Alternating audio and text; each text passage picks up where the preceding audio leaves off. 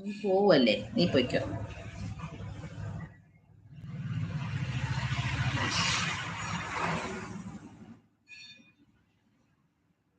ആരായാലും ലൈവിൽ മൊത്തം പേര് കാണുന്നത്, അതുകൊണ്ട് പുള്ളിക്കാരത്തിയുടെ നമ്പർ രഹസ്യമായി മേടിച്ചിട്ട് എന്താ വേണം ചോദിച്ച് ലൈവ് ചെയ്യുന്ന ആളുടെ നമ്പർ മേടിച്ചിട്ട് എന്താന്ന് വെച്ച് രഹസ്യമായിട്ട് ചോദിച്ച് പറഞ്ഞിട്ട്.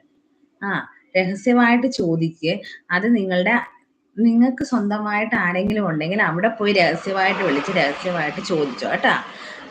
നമ്മളടുത്ത് രഹസ്യമായിട്ടും ചോദിക്കണ്ട, നമ്മളടുത്ത് പരസ്യമായിട്ടും ചോദിക്കണ്ട കേട്ടോ.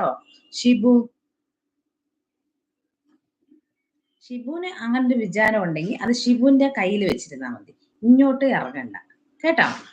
ഷിബുവിന് അങ്ങനെ വിചാരവും ഒരു മനസ്സിലൊരു അങ്ങനെ ഇതൊക്കെ ഉണ്ടെങ്കിൽ അത് ഷിബുവിന്റെ കൈ വെച്ചു. ഇങ്ങോട്ടൊരു വേലത്തരവും വേണ്ട. ഷിബു അങ്ങനെ ഒരു രീതിയേ അല്ല, അങ്ങനെ ഒരു ടൈപ്പേ അല്ല, നീ വിചാരിക്കുന്ന സൈസേ അല്ല. ഇത് വേറെ ലെവല്. അയ്യടാ, രഹസ്യമായിട്ട് വന്നിരിക്കുന്ന ഉടനെ ചേച്ചിയാണ് യഥാർത്ഥ പെണ്ണ്. വേറെ ലൈവിലൊക്കെ ആണെങ്കിൽ തെറി പറഞ്ഞ് കുളമാക്കി കളയും. ചേച്ചി സൂപ്പർ, പൊളിച്ചു. ഞാൻ മാന്യമായി സംസാരിക്കാതെ എന്റെ തെറ്റ്, സോറി. ഇപ്പോൾ എനിക്ക് മനസ്സിലായി അതിൻ്റെതായ അവസ്ഥ. അതാണ് എന്നെ ടോസ്. നീ ഇപ്പം ഒരു ലൈവില് നീ തെറ്റിദ്ധരിച്ച് വന്നതായിരിക്കും.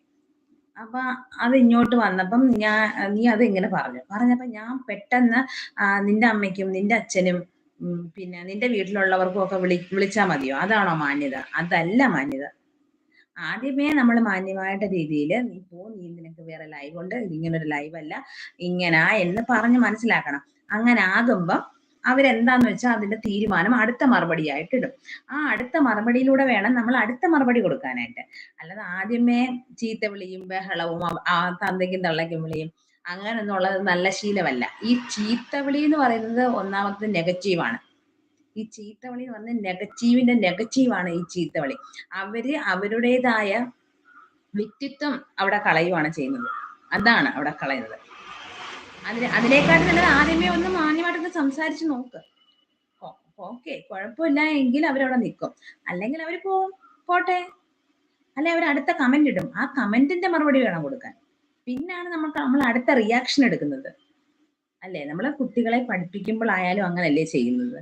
ആദ്യം അവർ തെറ്റുകൾ കാണിക്കും, ആദ്യം അവർ പഠിക്കത്തില്ല. അപ്പൊ നമ്മൾ പറഞ്ഞ് മനസ്സിലാക്കി കൊടുക്കും, മനസ്സിലാക്കി പിന്നെയും അവർ കാണിക്കുമ്പോഴേ കുഞ്ഞു അടികൾ അവർക്ക് കൊടുക്കുന്നത്. അതെ, അങ്ങനാണ് നമ്മൾ പഠിപ്പിക്കുന്നത്. അതേപോലെ തന്നെ ഇത് അത്രേ ഉള്ള. അതിന് ഞാനുമായിട്ട് പിണങ്ങിപ്പോയി.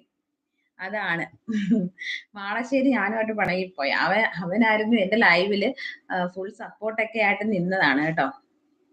ഫുൾ സപ്പോർട്ടായിട്ട് നിന്നവനാണ്. പക്ഷെ അവൻ നീ അങ്ങനെ പറഞ്ഞപ്പോ അവന് സഹിച്ചില്ല. അവൻ എന്നെ എന്തെങ്കിലും ഇങ്ങനെ കമന്റിൽ ഇങ്ങനെ പറഞ്ഞു കഴിഞ്ഞാൽ അവൻ നല്ല തെറി വിളിക്കും. പക്ഷെ അവനെയാണ് ഇപ്പൊ ഞാൻ വഴക്ക് പറഞ്ഞ് ഒട്ടിച്ചാണ്. അവൻ ഇനി വരുമോന്ന് തന്നെ എനിക്ക് സംശയമാണ്. അവൻ പോകുവാൻ അവൻ പിണങ്ങി പോയിരിക്കുക. അവൻ വരും, കറങ്ങിത്തിരിഞ്ഞ് വരാതിരിക്കില്ല. മോളെ, ഞാൻ അങ്ങനെ ഉദ്ദേശിച്ചല്ല പറഞ്ഞത്, തന്നെ കുറ്റപ്പെടുത്തിയല്ല എല്ലാവരും കാണുന്നത് ആയതുകൊണ്ട് പറഞ്ഞതാണ്. അതുകൊണ്ടാ പറഞ്ഞത്, എല്ലാവരും വായിക്കുകയും ചെയ്യും. എനിക്ക് അങ്ങനെ വിചാരമൊന്നുമില്ല മോളെ. മനസ്സിയോ? ആ, ഓക്കെ ചേട്ടാ, കുഴപ്പമില്ല. ശിബു ചേട്ടാ, ഓക്കെ, കുഴപ്പമില്ല. ഞാൻ അതിൻ്റെതായ പോസിറ്റീവിൽ എടുത്തിരിക്കുന്നു. ശിബു ചേട്ടൻ പോസിറ്റീവ് രീതിയിലാണ് പറഞ്ഞതെങ്കിൽ ഞാൻ അതിൻ്റെതായ പോസിറ്റീവിൽ എടുത്തിരിക്കുന്നു കേട്ടോ. ഞാൻ വായിച്ചത് ആ തെറ്റായ ഒരു കണ്ണോട് കൂടിയാണ് ഞാൻ സോറി പറയുന്നു.